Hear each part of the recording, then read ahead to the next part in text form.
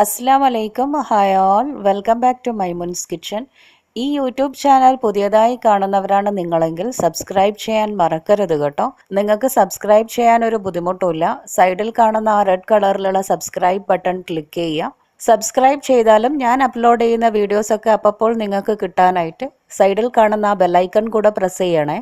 അപ്പം സബ്സ്ക്രൈബ് ചെയ്യാനും bell icon press ചെയ്യാനും ആരും മറക്കില്ലല്ലോ അല്ലേ. ഇന്ന് ഞാൻ മലബാറുകാരുടെ സ്പെഷ്യൽ ഐറ്റമായിട്ടുള്ള കക്കറൊട്ടിയുമായാണ് വന്നിട്ടുള്ളത്. ഇതിന് പല പേരുകളും ഉണ്ട്. കക്കറൊട്ടി എന്ന് നമ്മൾ പറയും, അല്ലാതെ ഇതിന് കുഞ്ഞിപ്പത്തിരി എന്ന് പറയും, ആണപ്പത്തിരി എന്ന് പറയും. അങ്ങനെ പല പേരുകളിലാണ് ഇത് മലബാറിൽ അറിയപ്പെടുന്നത്. അതുപോലെ ഉണ്ടാക്കാൻ അറിയാത്തവരായിട്ട് ആരും ഉണ്ടാവുകയില്ല. എന്നാലും അറിയാത്തവർക്ക് വേണ്ടിയിട്ട്, പുതുതായി ഉണ്ടാക്കുന്നവർക്ക് വേണ്ടിയിട്ടാണ് ഞാനിപ്പോൾ പറയുന്നത്. ഈ കക്കറൊട്ടി പൊതുവെ ചിക്കനോ മട്ടണോ ബീഫോ പ്രോൺസോ ഒക്കെ വെച്ചുകൊണ്ട് ചെയ്തെടുക്കാറുണ്ട്. അപ്പം ഞാനിപ്പോൾ ഇന്നിവിടെ ബീഫ് കറി വെച്ചുകൊണ്ടാണ് ഈ കക്കറൊട്ടി ഉണ്ടാക്കിയിട്ടുള്ളത്. നമുക്കതൊന്ന് കണ്ടു നോക്കാം. അപ്പോൾ ഈ കക്കറൊട്ടിക്ക് വേണ്ടിയിട്ട് നന്നായി തിളച്ചു വരുന്ന വെള്ളത്തിലേക്ക് ഒരു 1.5 ഗ്ലാസോളം പുഴുങ്ങലരി ഇട്ട് കൊടുക്കാം. അരിയിട്ട ഉടനെ ഫ്ലെയിം അങ്ങ് ഓഫ് ചെയ്തേക്കണം. എന്നിട്ട് നന്നായി ഇളക്കി കൊടുത്തിട്ട് നമുക്കിത് അടച്ചു വെക്കാം. അടച്ചു വെച്ചിട്ടൊരു 3-4 മണിക്കൂർ ഇതുപോലെ തന്നെ വെക്കുക. അപ്പം അരി നന്നായി കുതിർന്നിട്ട് വെള്ളമൊക്കെ വറ്റി വരും. 3-4 മണിക്കൂർ കഴിഞ്ഞിട്ട് നമുക്കിത് കഴുകിയെടുത്തിട്ട് അരച്ചെടുക്കാം. അതവിടെ കിടന്ന് കുതിർന്ന് വരട്ടെ. ഈ സമയം നമുക്കൊരു ബീഫിൻ്റെ കറി ഉണ്ടാക്കണം. ഇപ്പോൾ ബീഫ് കറിക്ക് വേണ്ടിയിട്ട് ഞാനിപ്പോൾ ഒരു 300 ഗ്രാം ബീഫ് എടുത്തിട്ടുണ്ട്. ബീഫ് നമുക്ക് എല്ലോട് കൂടി തന്നെ എടുക്കാം കേട്ടോ. അപ്പോൾ കക്കറൊട്ടി നല്ലൊരു ടേസ്റ്റ് ഉണ്ടാവും.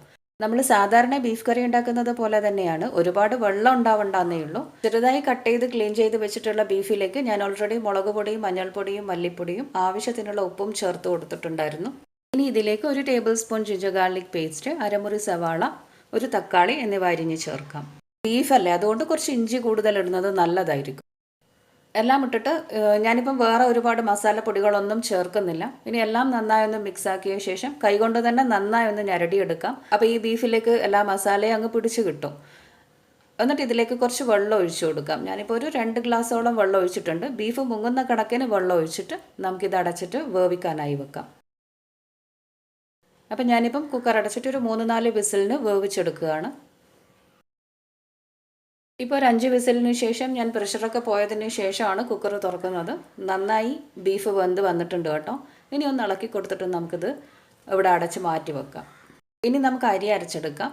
ഇപ്പോൾ ഒരു 4 മണിക്കൂറൊക്കെ കഴിഞ്ഞിട്ടുണ്ട്. നന്നായി വെള്ളമൊക്കെ വറ്റി അരി കണ്ടോ നന്നായി ഡ്രൈ ആയി വന്നിട്ടുണ്ട്.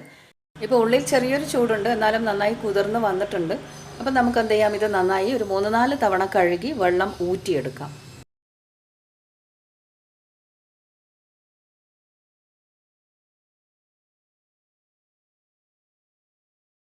ഞാനിപ്പം അരി നന്നായി കഴുകിയെടുത്ത് വെച്ചിട്ടുണ്ട്. ഇതിൽ വെള്ളം ഉണ്ടെങ്കിൽ അതൊക്കെ ഒന്ന് വാർത്തിയെടുക്കണം കേട്ടോ. കാരണം ഇതിൽ കുറച്ചുകൂടെ കാര്യങ്ങൾ ആഡ് ചെയ്തിട്ടാണ് നമ്മൾ അരച്ചെടുക്കുന്നത്. അപ്പം ഞാനിപ്പോൾ ഇതിലേക്ക് ഇനി കുറച്ചൊരു 10-20ഓളം കുഞ്ഞുള്ളി അരിഞ്ഞ് ചേർക്കുന്നുണ്ട്. കുഞ്ഞുള്ളിയാണ് ഇതിന് ഏറ്റവും നല്ല ടേസ്റ്റ്. കുഞ്ഞുള്ളി ഇല്ല എന്നുണ്ടെങ്കിൽ നമുക്ക് 1-2 സവാള ചേർത്ത് കൊടുക്കാം. കുഞ്ഞുള്ളിയുടെ കൂടെ ഞാനിപ്പം ഒരു പിടി അരിഞ്ഞ സവാളയും കൂടെ ചേർക്കുന്നുണ്ട്.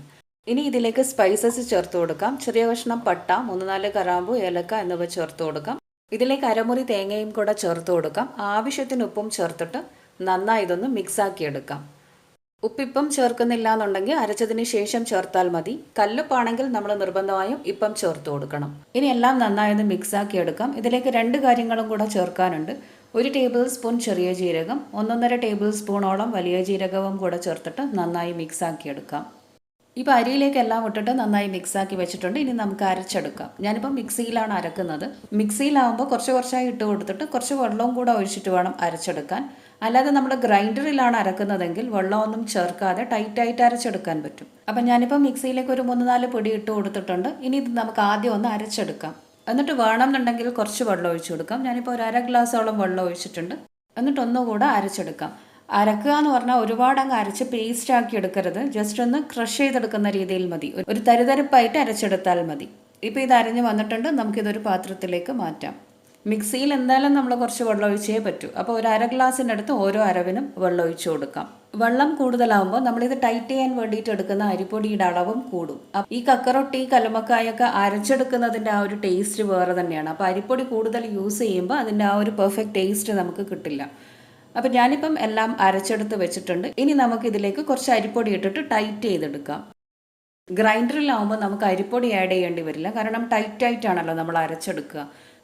ഇതിപ്പോൾ മിക്സിയിലായത് കൊണ്ടാണ് ഇങ്ങനെ ടൈറ്റ് ചെയ്യാൻ വേണ്ടിയിട്ട് അരിപ്പൊടി എടുക്കുന്നത്. അരിപ്പൊടി എടുക്കുമ്പോഴും ശ്രദ്ധിക്കുക, കുറച്ച് കുറച്ചായിട്ട് വേണം ഇട്ടിട്ട് നമ്മൾ മിക്സ് ആക്കി എടുക്കാൻ. അല്ലാതെ നമ്മൾ അരിപ്പൊടി ഒരുപാട് ഒരുമിച്ച് ആദ്യമേ ഇട്ട് കൊടുത്താൽ ഭയങ്കര ടൈറ്റായിട്ട് പിന്നെയും വെള്ളം ഒഴിച്ച് നമ്മളത് ലൂസാക്കേണ്ടി വരും. അപ്പോൾ ഇരട്ടി പണിയാവും. അപ്പോൾ അതുകൊണ്ട് ശ്രദ്ധിച്ചിട്ട് അരിപ്പൊടി ഇട്ട് കൊടുക്കുക. ഇപ്പം നമ്മുടെ അരി നന്നായി മിക്സായി വന്നിട്ടുണ്ട്. ഇനി നമുക്ക് കക്കറൊട്ടി ഉരുട്ടിയെടുക്കാം. ഇതുണ്ടാക്കുന്നവർക്കൊക്കെയും കക്കറൊട്ടി ഉരുട്ടുന്നത് അറിയാമായിരിക്കും. അറിയാത്തവർക്ക് വേണ്ടിയാണ് ഞാനിപ്പം കാണിക്കുന്നത്. അരിമാവിൽ നിന്നും കുറച്ച് ഇതുപോലെ കയ്യിലെടുത്തിട്ട് നീളത്തിൽ ഇങ്ങനെ ആക്കി വെക്കാം. എന്നിട്ട് എന്താ ചെയ്യേണ്ടതെന്ന് വെച്ചാൽ അതിൽ നിന്നും ചെറിയ ചെറിയ ബോൾസ് കയ്യിലെടുത്തിട്ട് ഈ ചൂണ്ടുവിരൽ കൊണ്ട് ഉരുട്ടിയെടുത്ത ശേഷം എന്ത് ചെയ്യാം, ജസ്റ്റ് ഒന്ന് പ്രസ് ചെയ്ത് കൊടുക്കാം. ഇത്രേ പണിയുള്ളൂ. അപ്പോൾ എന്താ ചെയ്യേണ്ടതെന്ന് വെച്ചാൽ ഞാനിപ്പം സ്റ്റീമറിൻ്റെ തട്ടിൽ തന്നെയാണ് ഇടുന്നത്. അപ്പം കൈ ആദ്യം നന്നായി എണ്ണ തടവണം കേട്ടോ, ഇല്ലെങ്കിൽ അരിപ്പൊടി കയ്യിൽ പറ്റിപ്പിടിക്കും. എന്നിട്ട് ഇതുപോലെ ചെറിയ ചെറിയ ഉരുട്ടകൾ ഇട്ട് കൊടുക്കാം. വീട്ടിലുള്ള എല്ലാവരും ഒരുമിച്ചിരുന്ന് ഇതുപോലെ ഉണ്ടാക്കിയെടുക്കുമ്പോൾ ഈസി ആയിട്ട് ചെയ്യാൻ പറ്റുന്നതാണ് കേട്ടോ. അങ്ങനെ ഞാനിപ്പം എല്ലാം ഉരുട്ടിയെടുത്ത് വെച്ചിട്ടുണ്ട്. ഇനി നമുക്കിത് എന്ത് ചെയ്യാം, സ്റ്റീമറിലിട്ട് വേവിച്ചെടുക്കാം. അപ്പോൾ ആദ്യം ഞാൻ സ്റ്റീമറിൽ വെള്ളം വെച്ച് തിളപ്പിക്കാൻ വെച്ചിട്ടുണ്ടായിരുന്നു. ഇനി ഇതിലേക്ക് കക്കറൊട്ടിയിട്ട തട്ടം കൂടെ വെച്ച് നമുക്ക് സ്റ്റീം ചെയ്തെടുക്കാം. മാക്സിമം ഒരു 15-20 മിനിറ്റോളം നമുക്കിത് വേവിച്ചെടുക്കാൻ സമയമെടുക്കും. ഇനി ഇതിനു വേണ്ടി ചെയ്യാനുള്ളത് ഒരു തേങ്ങ അരപ്പും കൂടെ റെഡിയാക്കണം. അപ്പോൾ തേങ്ങ അരപ്പിനായിട്ട് ഞാനിപ്പം ഒരു അരമുറി തേങ്ങ ഞാൻ ചിരവി വെച്ചിട്ടുണ്ട്. ഇതിലേക്ക് വലിയ ജീരകം 1 ടേബിൾ സ്പൂൺ, മുളക് പൊടി, മഞ്ഞൾപ്പൊടി, മല്ലിപ്പൊടി എന്നിവ ആവശ്യത്തിനിട്ടിട്ട് നമുക്കിത് മിക്സിയിൽ അരച്ചെടുക്കാം. കുറച്ച് വെള്ളം ഒഴിച്ചിട്ട് വേണം അരച്ചെടുക്കാൻ. ഒരുപാടങ്ങ് വെള്ളം ഒഴിച്ച് പേസ്റ്റ് ആക്കി എടുക്കരുത് കേട്ടോ. അരിയുടെ കാര്യം പറഞ്ഞതുപോലെ തന്നെയാണ്. ഈ തേങ്ങയും ചെറുതായി ഒന്ന് ക്രഷ് ചെയ്ത് കിട്ടിയാൽ മതി. ഇനി ഇതിലേക്ക് ഒരു 3-4 വെളുത്തുള്ളിയും കൂടെ ഇട്ടിട്ട് ഒന്നുകൂടെ അരച്ചെടുക്കാം.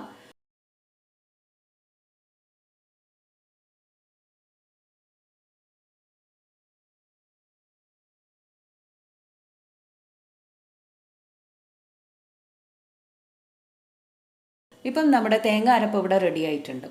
കണ്ടോ, ഒരുപാട് അങ്ങ് അരഞ്ഞു പോയിട്ടില്ല, എന്നാലും തേങ്ങയുടെ ആ ഒരു തരിതരിപ്പ് അവിടെ ഉണ്ട്.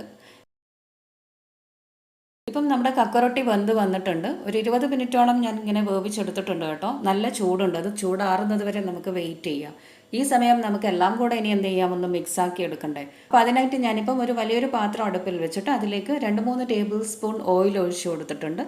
നന്നായി ചൂടായി വരുമ്പോൾ ഇതിലേക്ക് ഒരു ബിരിയാണി ഇല ഇട്ട് കൊടുക്കാം. അരമുറി സവാളയും 3-4 പച്ചമുളകും കൂടെ അരിഞ്ഞ് ചേർത്ത് കൊടുക്കാം. എന്നിട്ട് നന്നായി ഈ സവാളയും പച്ചമുളകും ഒക്കെ വഴറ്റിയെടുക്കാം. അപ്പോൾ സവാള പെട്ടെന്ന് വഴന്ന് കിട്ടാനായിട്ട് നമുക്ക് എന്ത് ചെയ്യാം, സവാളയിലേക്ക് കുറച്ച് ഉപ്പ് ചേർത്ത് കൊടുക്കാം. ഉപ്പ് ചേർക്കുമ്പോൾ ശ്രദ്ധിക്കണം, നമ്മൾ കക്കറൊട്ടി ഉണ്ടാക്കുമ്പോൾ അതിൽ ഉപ്പ് ചേർത്തിട്ടുണ്ട്, അതുപോലെ ബീഫ് വേവിച്ചപ്പോഴും ഉപ്പ് ചേർത്തിട്ടുണ്ട്. അപ്പോൾ ഇതിന് കണക്കായിട്ടുള്ള ഉപ്പ് മാത്രമേ ഇട്ട് കൊടുക്കണ്ടൂ. ഇനി ഇതിലേക്ക് കുറച്ച് കറിവേപ്പിലയും ഇട്ട് കൊടുക്കാം. 1 ടേബിൾ സ്പൂണിനടുത്ത് മല്ലിപ്പൊടിയും കൂടെ ഞാൻ ചേർത്ത് കൊടുക്കുന്നുണ്ട്. ജസ്റ്റ് ഒരു കളറും കൂടെ കിട്ടും, നല്ലൊരു കളർ കിട്ടും, അതിന് വേണ്ടിയാണ്. ഇനി നന്നായി ഇതൊന്ന് മിക്സാക്കി എടുക്കാം. എണ്ണയിൽ ആ മല്ലിപ്പൊടി മൂത്ത് വരുന്നതിൻ്റെ ആ ഒരു സ്മെല്ല് നല്ല ടേസ്റ്റ് ആയിരിക്കും, എനിക്കിഷ്ടം അത്. അപ്പോൾ എല്ലാം നന്നായി മിക്സാക്കിയ ശേഷം ഇതിലേക്ക് അരച്ച അരപ്പും കൂടെ ചേർത്ത് കൊടുക്കാം. എന്നിട്ട് നന്നായി മിക്സാക്കി എടുക്കാം. ഈ തേങ്ങ അരപ്പൊക്കെ എണ്ണയിൽ കിടന്ന് നന്നായി ഒന്ന് മൂത്ത് വരട്ടെ. അപ്പോൾ അതുവരെ നമുക്ക് ചെറുതായി ഒന്ന് വഴറ്റിയെടുക്കാം. ഇനി എന്താ ചെയ്യേണ്ടതെന്ന് വെച്ചാൽ ഞാനിപ്പം ഒരു 1.5 ഗ്ലാസോളം വെള്ളം ഇതിലേക്ക് ഒഴിച്ചു കൊടുക്കുന്നുണ്ട്. മിക്സി കുലുക്കി ഒഴിച്ചതാണ്. ഇനി എന്താ ചെയ്യേണ്ടതെന്ന് വെച്ചാൽ ഇതിലേക്ക് നമ്മൾ ഓൾറെഡി ഉണ്ടാക്കിയിട്ടുള്ള ആ ബീഫ് കറി ഉണ്ടല്ലോ, അതും കൂടെ ഒഴിച്ചു കൊടുക്കാം. ഇനി ആ കുക്കറിലേക്ക് ഒരു 1/4 ഗ്ലാസ് കൂടെ വെള്ളം ഒഴിച്ചിട്ട് അതും കൂടെ നമുക്കിതിലേക്ക് ഒഴിച്ചു കൊടുക്കാം. എല്ലാം ഇപ്പം നന്നായി മിക്സാക്കി എടുത്തിട്ടുണ്ട്. ഇതിലേക്ക് കുറച്ച് ഉപ്പിൻ്റെ ഒരു കുറവുണ്ട്, അതും കൂടെ ഞാനിപ്പം ചേർത്ത് കൊടുത്തിട്ടുണ്ട്. ഇനി നന്നായി മിക്സാക്കിയ ശേഷം ഇതൊന്ന് തിളച്ച് വരാനായിട്ട് നമുക്ക് അടച്ചു വെക്കാം. ഇപ്പോൾ 2-3 മിനിറ്റ് കഴിഞ്ഞിട്ടുണ്ട്. ഇനി നമുക്ക് മൂടി തുറന്ന് നോക്കാം. നന്നായി തിളച്ച് തുടങ്ങിയിട്ടുണ്ട്. ഇനി നമുക്ക് എന്ത് ചെയ്യാം, ഇതിലേക്ക് കക്കറൊട്ടി ഇട്ട് കൊടുക്കാം. കക്കറൊട്ടി ഇട്ടിട്ട് ഈ ഗ്രേവിയിൽ നന്നായി മിക്സാക്കി എടുക്കണം. ഇപ്പോൾ കാണുമ്പോൾ ഒരു കട്ടയൊക്കെ പിടിച്ച പോലെ ഉണ്ട്, എന്നാലും ഇത് ഗ്രേവിയിൽ കിടന്ന് മിക്സായി വരുമ്പോൾ ഒറ്റയായി കിട്ടിക്കോളും, നന്നായി സെപ്പറേറ്റ് ആയിട്ട് വന്നോളും. അപ്പോൾ എല്ലാം ഗ്രേവിയിൽ നന്നായി മിക്സാക്കി എടുക്കാം. ഇപ്പോൾ എല്ലാം കണ്ടോ, ഗ്രേവിയിൽ മിക്സ് ആകുമ്പോൾ ഒറ്റയായി വന്നിട്ടുണ്ട്. ഇനി നമുക്ക് എന്ത് ചെയ്യാം, നന്നായി മിക്സാക്കിയ ശേഷം ഒരു 2-3 മിനിറ്റ് അടച്ചു വെക്കാം.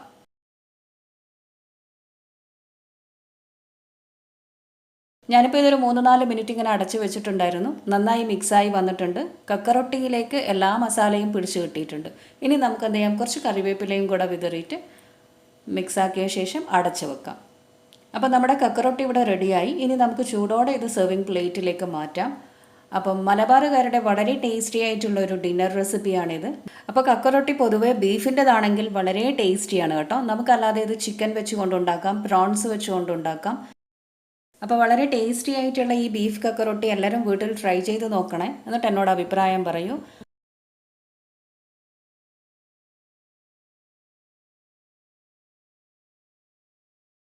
അപ്പോൾ വീഡിയോ കണ്ട എല്ലാവർക്കും ഇഷ്ടമായോ? ഇഷ്ടമായെങ്കിൽ നിങ്ങൾ വീട്ടിൽ ട്രൈ ചെയ്ത് നോക്കൂ. വീട്ടിൽ ട്രൈ ചെയ്ത് നോക്കിയ ഫോട്ടോസോ വീഡിയോസോ ഒക്കെ ഉണ്ടെങ്കിൽ എനിക്ക് മെയിൽ അയക്കുക. ആ മെയിൽ ID യാണ് ഞാനിപ്പം കാണിക്കുന്നത്.